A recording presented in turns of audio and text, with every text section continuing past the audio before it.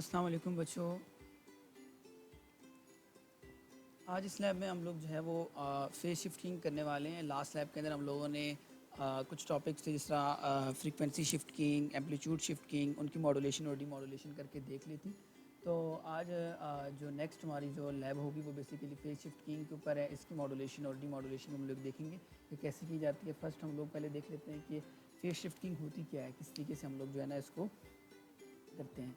तो same procedure है जिस तरह हम लोगों ने लास्ट टाइम के ऊपर जिस तरह फ्रीक्वेंसी शिफ्टिंग और एम्पलीट्यूड शिफ्टिंग के लिए जिस तरह मॉड्यूलेटर डिज़ाइन किया था, देखा था, उसके लिए हम लोगों ने क्या किया था, बिट स्ट्रीम ली थी। और यहाँ पर हम लोग क्या कर रहे थे, इस पॉइंट के ऊपर यहाँ पर बिट स्ट्रीम लेते थे, उसको हम लोग कन्वर्ट कर देते थे एक वेव फॉर्म के अंदर। तो वो जो वेव फॉर्म थी हम लोगों ने उस टाइम ली थी यूनिपोलर एनआरजी। तो आज हम लोग लेंगे पोलर एनआरजी। पोलर एनआरजी के अंदर ये होगा, हमारे पास 2 लेवल्स होंगे वोल्टेजेस के।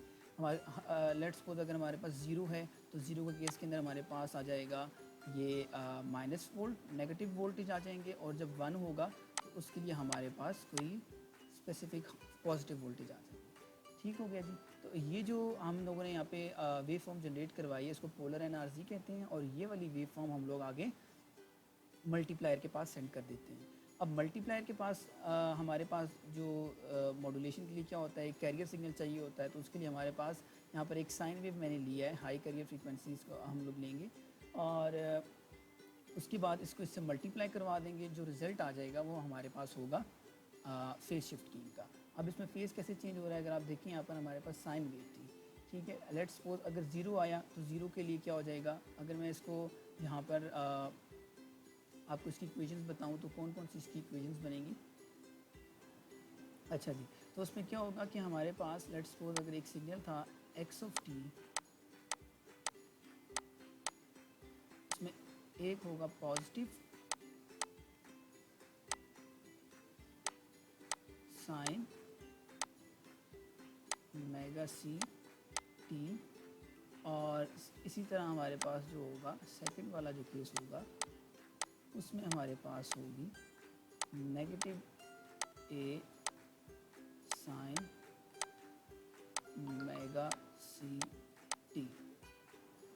अच्छा जी, ये दो हमारे पास सिग्नल्स जनरेट होंगे। जब हमारे पास फर्स्ट पॉजिटिव वोल्ट होंगे यानी कि 1 आएगा तो उसके लिए हमारे पास सिग्नल जो जनरेट होगा वो एक्स ऑफ टी होगा प्लस ए साइन ओमेगा सी टी। और जब हमारे पास 0 अगर बिट आई है उसके लिए नेगेटिव वोल्टेज थे तो माइनस ए मल्टीप्लाई हो जाएगा साइन ओमेगा सी टी से। तो इससे क्या होगा, जब पॉजिटिव ए है तो इसका मतलब ये है कि ये साइन वेव तो यूँ कंप्लीट बन जाएगी, 0 से स्टार्ट होगी और ये कंप्लीट एक साइन वेव बन जाएगी। लेकिन अगर हमारे पास नेगेटिव है वोल्टेज तो उसका स्टार्टिंग पॉइंट क्या होगा, नेगेटिव वोल्ट से होगा। मतलब ये इसको अगर देखें हम लोगों ने 180 डिग्री फेज शिफ्ट होगा, ठीक है। तो उससे क्या हो जाएगा, हमारे पास वेव कुछ ऐसी बन जाएगी, ठीक है। अच्छा, इस तरीके से हम लोग क्या करते हैं, इसके दो फेज़ बना लेते हैं, ठीक है जी। तो 180 डिग्री का जो होता है इसके अंदर फेज शिफ्ट होता है। अच्छा, 2 लेवल्स आ जाते हैं हमारे पास पॉजिटिव नेगेटिव वोल्ट्स की। तो ये हम लोग फेज शिफ्ट करके फिर इसको आगे ट्रांसमिट करते हैं। अच्छा, इससे पहले फ्रीक्वेंसी के अंदर जो हम लोग ने देखा था उसके अंदर हम लोग क्या कर रहे थे, फ्रीक्वेंसी शिफ्टिंग के अंदर ये था कि 0 के लिए हम लोग लो फ्रीक्वेंसी रख रहे थे या 1 के लिए हम लोग क्या कर रहे थे, कोई फ्रीक्वेंसी चेंज कर रहे थे, हाई फ्रीक्वेंसी रख रहे थे। एम्पलीट्यूड शिफ्टिंग के अंदर सिर्फ वो भी हम लोगों ने देखा था, सिर्फ बाइनरी के लिए देखा था। तो उसमें भी यही था कि 0 के लिए हम लोग 0 ही भेज रहे थे, 0 वोल्ट भेज रहे थे, और जब 1 था तो उसके ऊपर कोई ना कोई वोल्टेज कैरियर सिग्नल भेज रहे थे। तो और यहाँ पर हम लोग फेज़ चेंज कर रहे हैं इसका। तो ये हमारे पास 3 केसेस थे हमारे पास मॉड्यूलेशन के, बैंड पास मॉड्यूलेशन के। अच्छा, अब हम लोग इसको प्रोटीज पे परफॉर्म करते हैं। उससे पहले मैं आपको उसका सर्किट दिखा देता हूँ कि सर्किट इसका कैसे बनेगा। अच्छा जी, ये हमारे पास इसका आ जाता है प्रोटीएस का सर्किट जो हम लोगों ने बनाना है, मॉड्यूलेशन करवानी है। उसके लिए हमारे पास एक इधर इन्वर्टिंग एम्पलीफायर लगा हुआ है, आर एफ और आर आई। और इसमें अब हमारे पास अगर आप देखें यहाँ पे एक ऑप एम्प लगा हुआ है 741, और दूसरी हम लोगों ने अपनी LF398 IC यूज़ किया है, जिसे हम लोग लास्ट लैब के अंदर भी यूज़ करते हैं, सैम्पल एंड होल्ड सर्किट वाली मोनोलिथिक। तो इससे पहले हम लोग ये समझ लेते हैं कि ये ऑप एम्प यहाँ पे क्या कर रहा है। पॉजिटिव पिन पे हम लोगों ने इसको ग्राउंड कर दिया है। नेगेटिव पिन के ऊपर एक फीडबैक यहाँ पे हम लोगों ने रजिस्टर लगाया हुआ है आउटपुट से नेगेटिव इन्वर्टिंग इनपुट के दरमियान में, और उसके साथ हमारे पास RI एक रजिस्टर कनेक्टेड है यहाँ पर। ठीक है, एक फीडबैक रजिस्टर है हमारे पास और एक हमारे पास ये RI रजिस्टर लगा हुआ है। इसके ऊपर हम लोग साइनोसाइडल कैरियर यहाँ पे इनपुट पे देंगे। ठीक है जी। अब इसका अगर हम लोग देखें कि इसका गेन क्या होता है, तो मैं आपको इधर बता देता हूँ।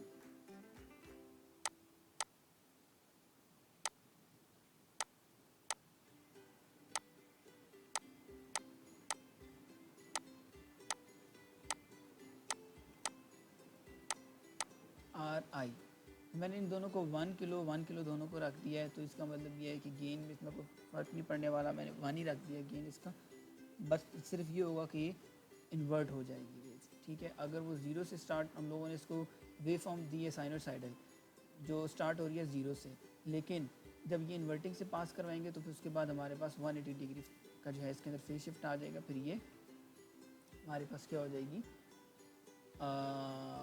नेगेटिव पीक आएगी इसकी। ठीक हो गया जी। अच्छा, अब उसके बाद ये है सेम सिग्नल साइनोसाइडल कैरियर, तो हम लोग यहाँ से डायरेक्ट पिन नंबर 3 के ऊपर पास कर देंगे। दूसरा 47 किलो के ऊपर इन्वर्टिंग जो ये साइनोसाइडल कैरियर इन्वर्टिंग जो होगी इसकी इन्वर्टेड सिग्नल होगा, वो हम लोग 47 के रजिस्टर के थ्रू पिन नंबर 6 पे देंगे। और नीचे ये जो बिट होती है हमारे पास डाटा बिट स्ट्रीम, यानी कि वो जो पोलर NRZ वेव फॉर्म की मैं बात कर रहा था, वो पोलर NRZ वेव फॉर्म या बाइनरी डाटा हम लोग पिन नंबर 8 के ऊपर दे देंगे और 7 पिन हम लोग इसका ग्राउंड कर देंगे नॉर्मली। तो इसको प्रोटीज से पहले परफॉर्म करके देख लेते हैं कि इसके रिज़ल्ट्स निकाल के देख लेते हैं कि हमें ये इसके रिज़ल्ट ऐसे ही मिल रहे हैं कि नहीं। अच्छा जी बच्चों, अब हम लोग प्रोटीज पे देख लेते हैं कि पहले तो कंपोनेंट चूज़ कर लेते हैं। LM741 IC ये क्या आ जाएगी। एक हम लोगों को चाहिए रजिस्टर्स भी आ जाएंगे। अच्छा, LM741 हम लोग कनेक्ट कर लेते हैं। पहले तो इसको हम लोग DC सोर्स वोल्टेज अप्लाई करते हैं।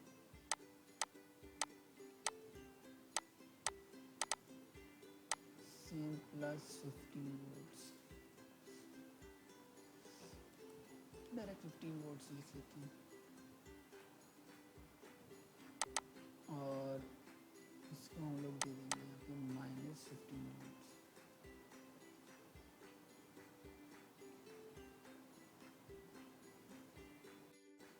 अच्छा जी, अब पॉजिटिव वाली जो पिन है उसको हम लोग ग्राउंड कर लेते हैं।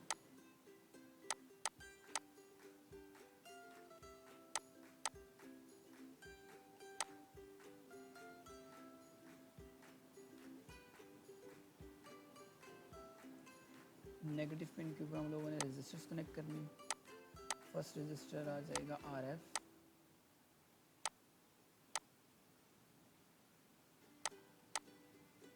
इसकी वैल्यू हम लोग रख लेते हैं 1K।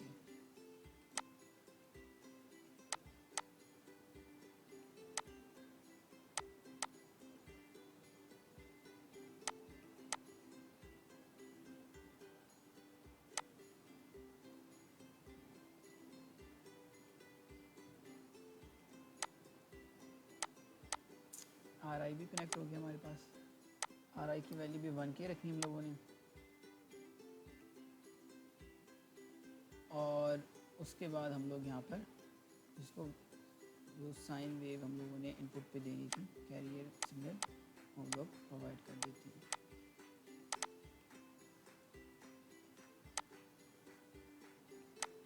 टू और फ्रीक्वेंसीज की मैं 1K रख रहा हूँ। ठीक है जी, ये हमारे पास कंप्लीट सर्किट बन चुका है इन्वर्टिंग एम्पलीफायर का। हम लोग ऑसिलोस्कोप लगा के देख लेते हैं आउटपुट वगैरह कि हमारे पास सेम मिल रही आउटपुट की नहीं। इसके पहले ऐसे। अच्छा जी, अब इसको रन करके देखते हैं कि हमारे पास आउटपुट आ रही है नहीं आ रही। ये लिखें, ये हमारे पास इनपुट सिग्नल था, और ये ब्लू वाला जो हम लोगों ने लिया ये आउटपुट सिग्नल था। तो इसके ऊपर ये हो रहा है कि जहाँ पर हमारे पास पॉजिटिव पीक आ रही थी, आउटपुट के ऊपर उस स्पेसिफिक टाइम के ऊपर हमारे पास नेगेटिव पीक मिल रही है। तो 180 डिग्री का हमारे पास फेस शिफ्ट आ रहा है। इसकी ज़रा अगर मैं पोजीशन भी चेंज करूँ ना, आपको ज़रा दिखा भी देता हूँ कि ये देखिए, ये हमारे पास 180 डिग्री इसका फेस शिफ्ट मिल रहा है। ठीक है बच्चों, ये तो हम लोगों ने अभी सिर्फ और सिर्फ ये किया कि इन्वर्टिंग सिग्नल और कैरियर सिग्नल की जो है ना, कैरियर सिग्नल लिया और उसको इन्वर्ट करके बना दिया, दो सिग्नल्स बन गए। अब हम लोग आगे LF398 IC को यूज़ करते हुए BPS के जो है ना वो परफॉर्म करते हैं। अच्छा जी, अब इसको रिमूव कर देते हैं और इसके साथ आगे हम लोग कनेक्ट कर लेते हैं LF398 IC।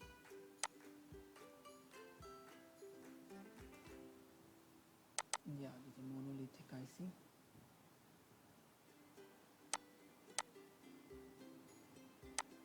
इसको ऐसे कनेक्ट कर लेते हैं। अच्छा जी, पिन नंबर 3 हम लोगों ने डायरेक्ट कनेक्ट कर देनी है साइनोसाइडल सिग्नल के साथ, जो कि हम लोगों ने इन्वर्टिंग एम्पलीफायर के इनपुट पे दिया था। तो इसके साथ तो कोई रजिस्टर कनेक्ट नहीं होगा, हम लोग डायरेक्ट कनेक्ट कर लेते हैं। ये हो गया हमारे पास pin number 3 attach. Register connect करेंगे पिन नंबर 6 के ऊपर और इसकी वैल्यू रखनी है 47K। अच्छा जी, अब इसको हम लोग दोबारा से कनेक्ट कर लेते हैं पिन नंबर 6 के साथ। पिन नंबर 1, पिन नंबर 4 को हम लोग जो है वोल्टेज, DC वोल्टेज इधर अप्लाई कर देते हैं। इसमें 15 वोल्ट्स। सिमिलरली नेगेटिव पिन के ऊपर हम लोग -15 वोल्ट्स यहाँ पर अप्लाई कर देंगे। कनेक्ट हो गया जी।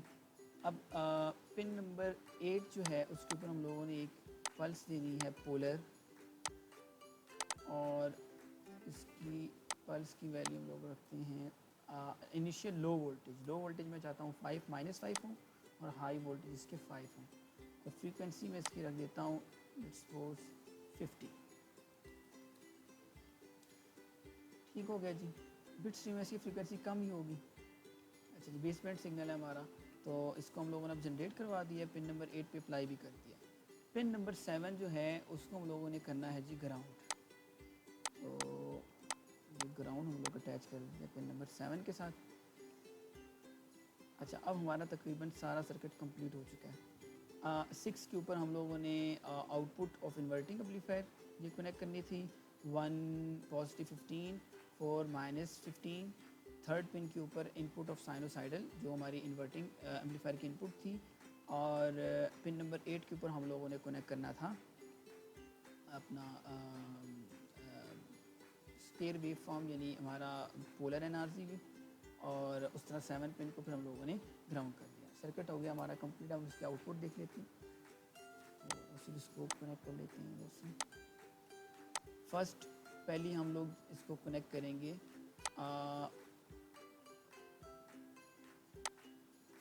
साइनोसाइडल इनपुट सिग्नल जो दिया था।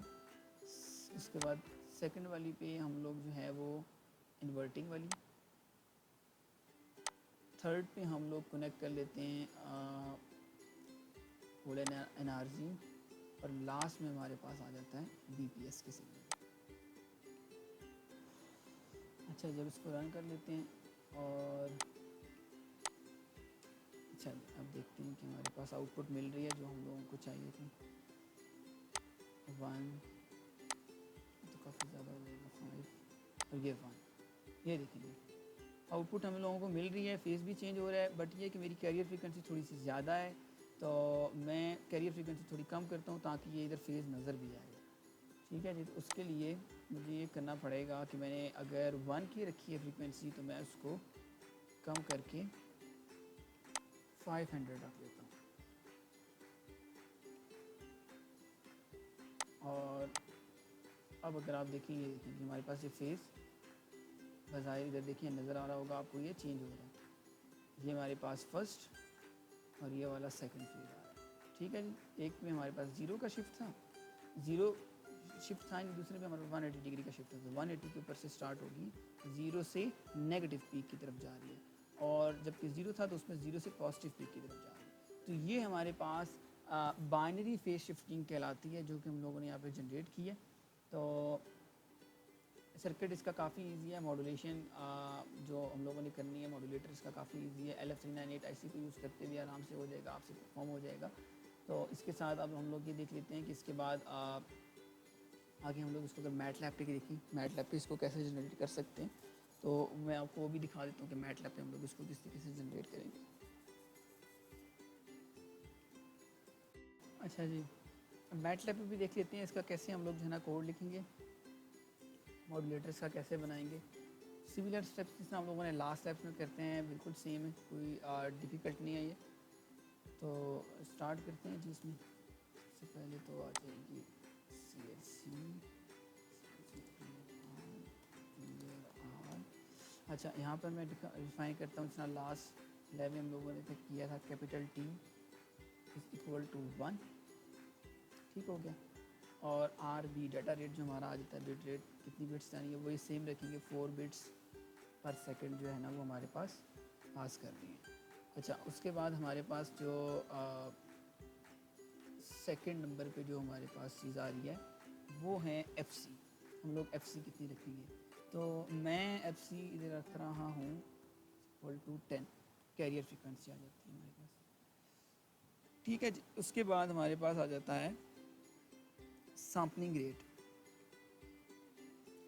सैम्पलिंग रेट हम लोग सिमिलरली वही ओवर सैम्पलिंग जिस तरह लास्ट टाइम पे देखी थी, FS is equal to 20 multiply FC, ये हो जाएगा। हमारी सैम्पलिंग फ्रीक्वेंसी आ गई है। अब हम लोगों ने सैम्पलिंग टाइम निकालना है, तो उसके लिए capital TS is equal to 1 divided by FS, ये हो जाएगा। टोटल नंबर ऑफ बिट्स कितनी निकालेंगे, किस तरीके से निकालते हैं, total number of bits is equal to, वो हो जाएंगी RB multiply T capital T के साथ, ये हो जाएगा। ठीक हो गया। अच्छा, जब ये हो जाए तो फिर हम लोगों ने ये देखना है कि हमारे पास एक बिट के अंदर टोटल सैम्पल्स तो निकाल दिए हम लोगों ने।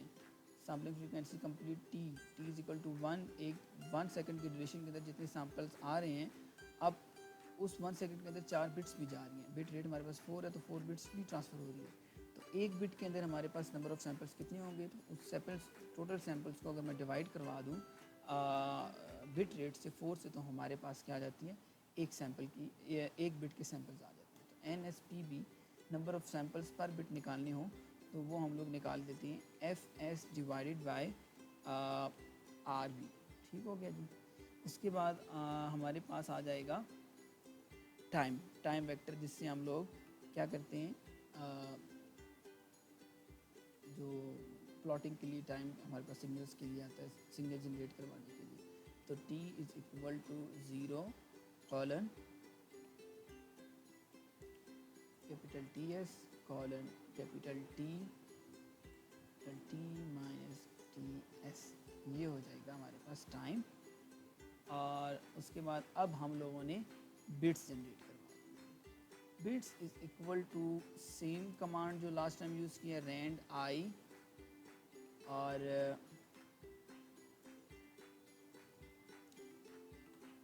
0 1 कॉमा 1 कॉमा NB, ये हमारे पास हो जाती है बिट्स।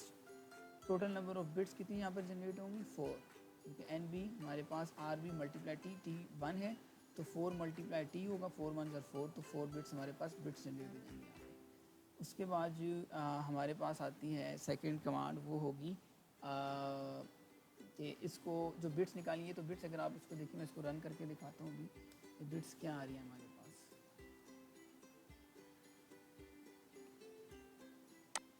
ये देखेंगे बिट्स हमारे पास आ रही है 1 1 0 1, बट ये तो हमारे पास यूनिपोलर है ना, क्योंकि 0 और 1 या तो वोल्टेज 0 हो जाएगा या हमारे पास वोल्टेज 1 हो जाएगा। 1 पे कोई ना कोई वोल्ट्स हम लोग दे देंगे इस बाइनरी डाटा को।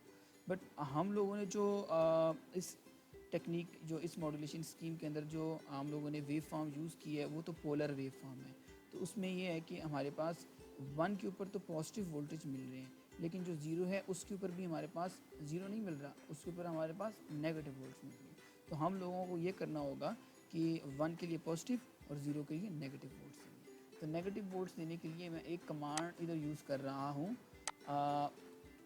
हम लोग इसको कह सकते हैं कि पोलर एनर्जी में कन्वर्ट करना है। अगर पोलर RG, तो उसके लिए मुझे ये करना पड़ेगा 2 मल्टीप्लाई बिट्स -1। अब इस कमांड को समझने के लिए, अच्छा जी, मैं आपको यहाँ पर वो ज़रा डिटेल में समझा देता हूँ।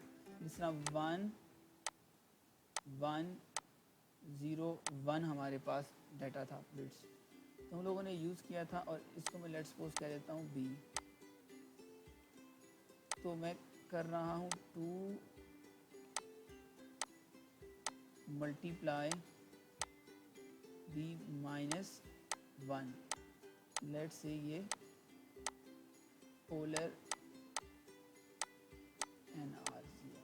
उसमें क्या होगा कि जब D की वैल्यू फर्स्ट ये वाली 1 होगी, तो हमारे पास 2 1 2 हो जाएगा, और -1 करते हैं तो आंसर क्या आ जाएगा 1। ठीक हो गया। इस 1 के लिए भी 1 ही आ जाएगा, लेकिन जब 0 आ जाएगा, 0 के लिए क्या होगा, ये 0 B, अब 0 है तो 0 मल्टीप्लाई हो जाएगा 2 से, तो आंसर हो जाएगा 0 -1। तो आंसर क्या आएगा -1। इसका मतलब ये है कि ये कमांड ये कर रही है हमारे पास कि जहाँ 1 आ रहा है उसको 1 ही शो कर रही है, लेकिन जहाँ 0 आ रहा है उस जगह पे ये -1 लेके आ रही है। ठीक है, तो ये कमांड हमारे पास कन्वर्ट कर रही है 2 लेवल्स के अंदर, एक पॉजिटिव के अंदर और एक नेगेटिव लेवल बना रही है। ठीक है ना, तो ये हमारे पास इस कमांड का ये काम था। अब हम लोग आगे देखते हैं, इसको जनरेट करवा के भी देखते हैं मैटलैब पे कि इसी तरह ही मिल रही है नहीं। अच्छा जी, तो इसको अब देखते हैं कि उसी तरह से मिल रही है जिससे हम लोगों ने, ये देखिए 0 1 1 1, तो 0 के लिए -1 आ जाए, और 1 1 1 तो वो एज इट इज़ रहेगा, 1 1 ही आ जाएगा उसकी जगह पे। ठीक है जी, तो ये इस कमांड का हमारे पास काम था। अब हम लोग क्या करने वाले हैं, नेक्स्ट हम लोग पल्स जनरेट करवाने वाले हैं। PULSE pulse is equal to ones, number of ones generate करवाने हैं कितने, 1 बिट के लिए ना पल्स जनरेट करवानी है 1 बिट के लिए। तो उसके लिए सैम्पल्स देख लेते हैं कि 1 बिट के अंदर कितने सैम्पल्स आ रहे हैं। तो NSPB,1 कर लें, तो ये हमारे पास क्या हो रहा है, NSPB रोज़ हो लेकिन कॉलम क्या हो, एक ही हो। तो हमारे पास वंस का 50, ये देखिए अगर NSPB में 50 है तो यहाँ पे 50,1 होगा। इसका मतलब ये है कि हमारे पास 50 क्रॉस 1 का एक कॉलम वेक्टर जनरेट हो जाएगा। ठीक हो गया। अच्छा जी, अब हम लोग सेकंड जो हमारे पास कमांड आ रही है वो है बेसिकली जिसमें हम लोग पल्स को मल्टीप्लाई करवा देंगे अपनी बिट्स से। ठीक है जी, तो उसको मैं कह देता हूँ पोलर NRG-वेव। इसमें ये होगा, अच्छा रीशेप भी मैं इधर लगा देता हूँ। रीशेप की कमांड मैंने आपको एक्सप्लेन भी की थी कि रीशेप की कमांड क्या कर रही है, अगर नंबर ऑफ़ कॉलम्स और ज़्यादा हैं और या नंबर ऑफ़ रोज़ ज़्यादा हैं, उनको अगर आप एक कॉलम वेक्टर या एक रो वेक्टर जनरेट बनाना चाहें तो उसके लिए ये रीशेप की कमांड यूज़ की जाती है। अब यहाँ पर हम लोग ले लेते हैं जी polar -NRG dot multiply PULSE pulse.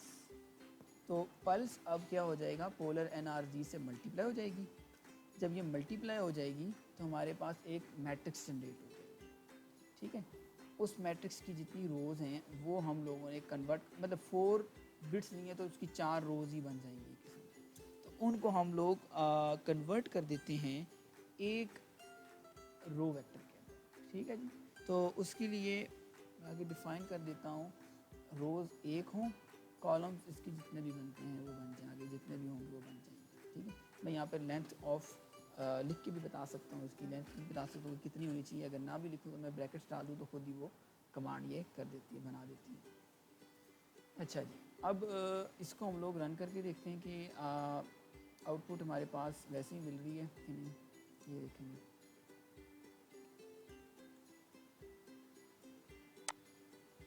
ये देखेंगे 1111 हमारे पास 1011 था।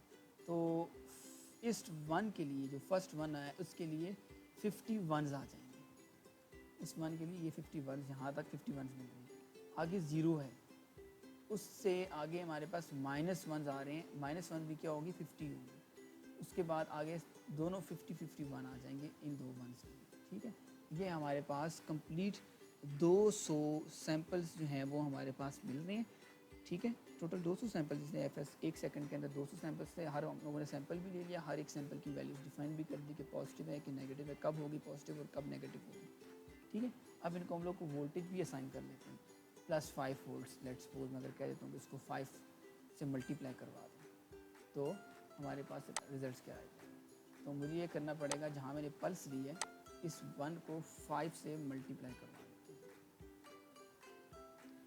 ठीक है। अब मैं अगर इसको रन करता हूँ तो मेरे पास +5 आया और -5 आ जाएगा। ये देखिए हमारे पास 5 और -5 मिल गया। इसको मैं अभी प्लॉट करके भी दिखा देता हूँ आपको कि ज़्यादा क्लियर हो जाए। Plot total number of sample T,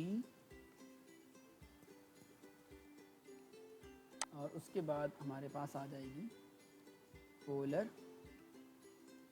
NRG dash wave. इसको करते हैं प्लॉट।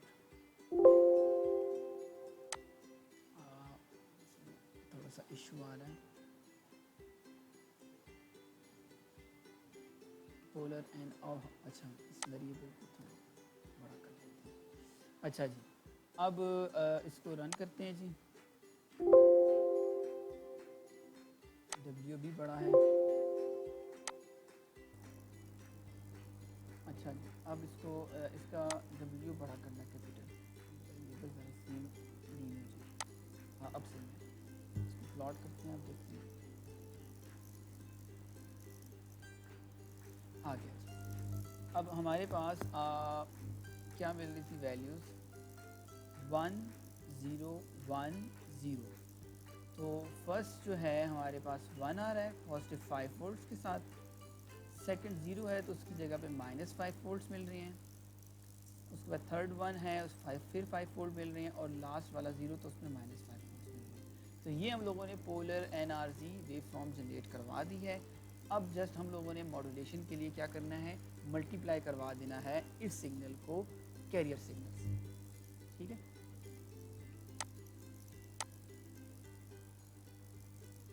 इसके लिए मुझे इधर एक डिफाइन करना पड़ेगा FIG वाली फिगर।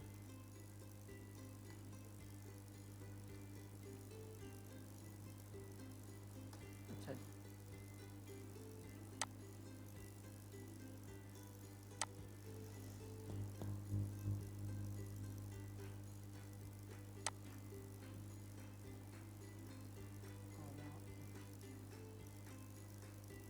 अच्छा अब हम लोग कर लेते हैं जी मॉड्यूलेशन। तो मैं PSK लिख लेता हूँ। PSK इज इक्वल टू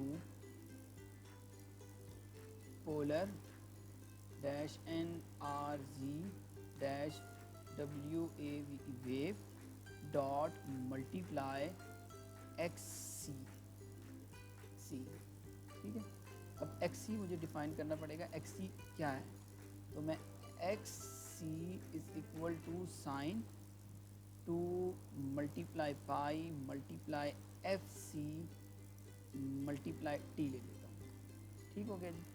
तो ये मैंने कैरियर सिग्नल जनरेट करवा दिया, XC साइन 2 पाई FC T। FC मैंने कितना लिया है इसके अंदर, FC की वैल्यू मैंने ली है 10, ठीक है। तो मेरे पास 10 साइकिल्स होंगी ये वाली, ठीक है।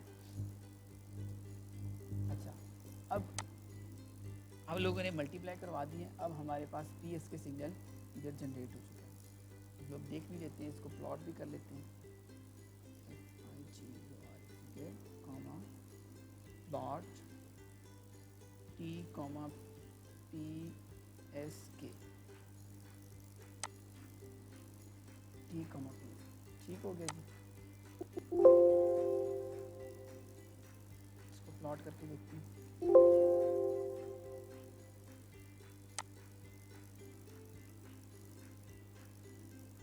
अच्छा, पी एस के सिग्नल लेना पड़ेगा क्योंकि पी एस के अभी प्रॉब्लम साथ साथ आ रहे हैं। आपको ये चीज़ें भी क्लियर होती जाएंगी। मैंने क्या किया था कि पी एस के जो है फाइल का नेम भी रखा हुआ है। तो अब मुझे यहाँ पे वो एरर दे रहा है, कह रहा है कि आपका फाइल का नेम जो है ना वो भी पी एस के है, तो वेरिएबल जो है ना उसके साथ मैच कर रहा है।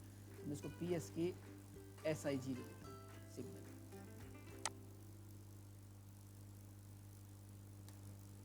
हाँ जी, अब ये हो गया सेम। अब देखते हैं ये तो 0011 जी हम लोगों को 0011 मिल रहा है। ठीक है, ज़ीरो था, ज़ीरो था, ज़ीरो पे क्या होगा 180 का वही वाला शिफ्ट होगा जिसमें मैंने कहा था ज़ीरो से नेगेटिव पी की तरफ जा रही है वेव, तो ये वैसे ही जा रही है जी, मूव कर रही है।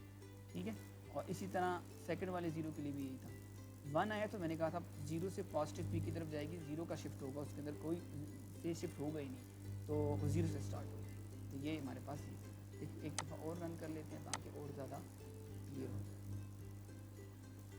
ये आ गया। मैं एक काम कर लेता हूँ कि इसकी एफ सी थोड़ी सी वैल्यू एफ सी की मैं कम कर लेता हूँ, 5 ले लेते हैं, 4 ले लेते हैं। अब रन करते हैं। ये 1101 फर्स्ट 1 था, तो ये स्टार्ट हुआ था 0 से, एक वेव साइन वेव की मिल गई हमारे पास इस पॉइंट पर। 1 था तो साइन वेव डायरेक्ट, हम लोगों को कोई फेज शिफ्ट नहीं है, बिल्कुल सेम वेव मिल जाएगी। इसी तरह सेकंड 1 था, उसके लिए भी वेव एज इट इज़ हम लोगों को मिल जाएगी। लेकिन सेकंड उसके बाद क्या आ रहा था 0 0 आया, तो उस 0 के लिए 180 का शिफ्ट था, तो 0 से नेगेटिव पी की तरफ जाएगी हमारे पास, ये इस तरीके से मिल जाएगी। और 1 था तो 1 के लिए क्या हुआ, फिर ये 0 से इस तरीके से मिल गया। ठीक है, तो ये हमारे पास है जी फेज शिफ्ट की। ठीक है, अच्छा मैं इसमें एक चीज़ और भी आपको इसकी कॉन्स्टलेशन डायग्राम के बारे में भी एक्सप्लेन कर देता हूँ, बता देता हूँ कि कैसी होगी। ठीक है, तो वो भी देख लेते हैं। ये काफ़ी सिंपल था, काफ़ी इजी था। लास्ट लैब जो हम लोगों ने की बिल्कुल उसकी तरह सिंपल था। ये आप लोग करें, अपने पास उसको परफॉर्म करें, तो अगर कोई इशू होता है तो इंशाल्लाह हम लोग डिस्कस कर लेंगे। अच्छा जी बच्चों, अब यहाँ हम लोग देख लेते हैं इसकी ज़रा कॉन्स्टलेशन डायग्राम वगैरह। तो मैंने क्या कहा था आपको, मेरे पास क्या है जी, 2 सिग्नल्स मैंने दिए थे। मैं इसको एक्स एक्सिस पे ले रहा हूँ, तो फिर वो कॉस ले लूँगा मैं, तो उधर मैंने साइन लिया था, तो मैं इधर भी ना एक्स एक्सिस ले रहा हूँ। तो उसके लिए ये मैंने एक एक्स एक्सिस लिया और मैंने ये कह दिया कि ये इसका पोर्शन सेंटर लेट्स को 0 है, और मेरे पास एक सिंबल मेरा जो है वो इस पॉइंट पे पड़ा है, और एक सिंबल मेरा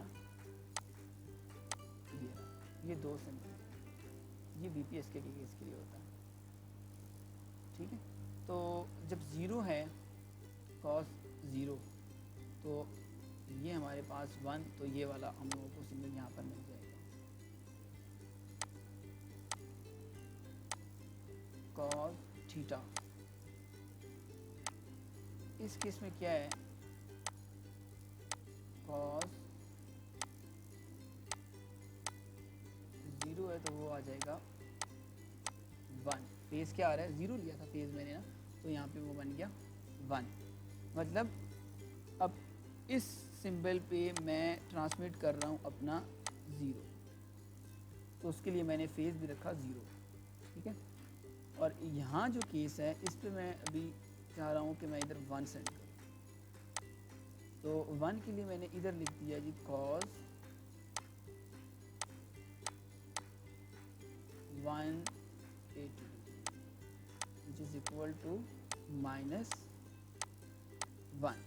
ठीक हो गया जी, ये हो गया जी -1। तो ये अगर 1 पे था ठीक है, -1 पे हमारे पास शिफ्ट कर रहे हैं एक्चुअली, ठीक है। तो ये हमारे पास दो इसकी कॉन्स्टलेशन डायग्राम है एक्चुअली, ठीक है। तो जब ज़ीरो फेज शिफ्ट नहीं था, ज़ीरो था हमारे पास फेज, तो उसके लिए ज़ीरो ट्रांसमिट किया सिंबल, और जब हमारे पास 180 डिग्री का फेज शिफ्ट आ रहा है तो उसकी जगह पे हमारे पास 1 जा रहा है, ठीक है। तो ये हमारे पास इसकी कॉन्स्टलेशन डायग्राम थी। तो फेज शिफ्ट कीइंग काफ़ी इजी है, फ्रीक्वेंसी शिफ्ट कीइंग की तरह ही है, जिस तरह एम्पलीट्यूड शिफ्ट कीइंग की, फ्रीक्वेंसी शिफ्ट कीइंग की, इसी तरह फेज शिफ्ट कीइंग भी है। काफ़ी इजी कॉन्सेप्ट्स हैं, इसकी भी आप उसको आसानी से समझ लेंगे इंशाल्लाह। और मॉड्यूलेटर भी हम लोग इसका कंप्लीट डिस्कस कर चुके हैं। नेक्स्ट इंशाल्लाह लैब के अंदर हम लोग इसका डी मॉड्यूलेटर डिस्कस करेंगे, उसको भी डिज़ाइन करने की कोशिश करेंगे। तो अब इसका जो आपके पास इसका जो टास्क वगैरह जो आपने करना है, इस प्रोटीएस को भी आपने जो है ना कम्प्लीटली अपने पास इसका सर्किट बनाना है आपने, और फेज़ वगैरह इसका जो है ना आपने, जिस तरह मैंने आपको दिखाया है इसी तरीके से आपने भी अपने पास परफॉर्म करना है, प्रोटीएस पे इसका सर्किट डिज़ाइन भी करना है। और उसके साथ साथ आपने ये करना है कि आपके पास मैट लैब के ऊपर है, तो मैट लैब का कोड जो मैंने इस मरतबा लिखा है इसको थोड़ा सा चेंज करें। इसके अंदर आप ये कर लें कि मैंने ओवर सैम्पलिंग या मैंने सैम्पल्स थोड़े से डिफरेंट रखे थे, आप डाटा रेट बढ़ा दें। जब आप डाटा रेट बढ़ाएंगे तो लेट्स सपोज 8 बिट्स पर सेकंड, मैं आपको इधर लिख भी देता हूँ कि आपने चेंजिंग क्या क्या करनी है। अच्छा, आपने रखना है जी RB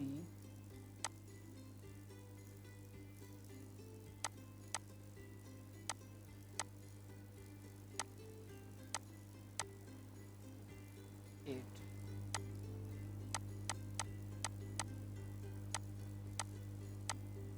सेकेंड, और कंप्लीट सिग्नल टी की जो ड्यूरेशन रखनी है आपने वो रखनी है 5। और उसके बाद तमाम पैरामीटर FC जो है, FC आप रख लें अपने पास 20, ठीक है। बाकी सब जो है ना कॉन्सेप्ट इसमें एक्सप्लेन है, हर चीज़ क्लियरली मैंशनड है।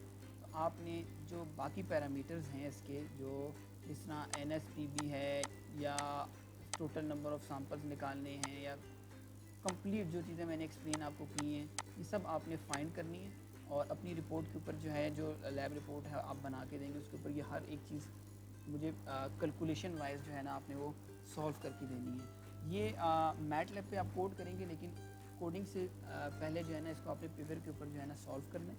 और हैंड रिटन जो हो ना वो आप लोग सब इसको अपने पास सॉल्व करें, सब चीज़ें। और उसके साथ इसके मुझे एक ये भी बताएं कि एक अगर 0 से लेके T है कंप्लीट ड्यूरेशन, तो उसके लिए हमारे पास इसके अंदर पूरा कंप्लीट कितने सैंपल्स आ रहे हैं, कितने सैंपल्स होंगे, एक बिट के अंदर कितने सैंपल्स होंगे, और उसके बाद एक सिंबल में कितने होंगे, या और उसमें ये कह सकते हैं कि कैरियर फ्रीक्वेंसी रखिए तो एक सेकंड के अंदर हमारे पास इसके कितने साइकिल्स आ रहे हैं, एक बिट के अंदर कितने साइकिल्स बनेंगे।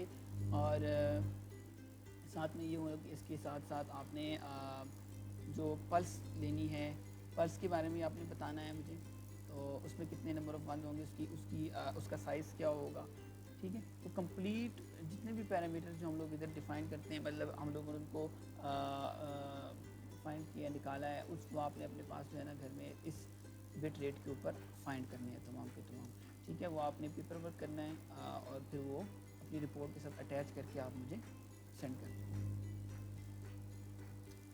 इंशाल्लाह नेक्स्ट लैब में मिलेंगे हम लोग, उसमें हम लोग डीमॉड्यूलेशन ऑफ PSK डिस्कस करेंगे। तो इसमें अगर कोई इशू वगैरह है तो हम लोग इंशाल्लाह इसको सेशन के अंदर डिस्कस करेंगे।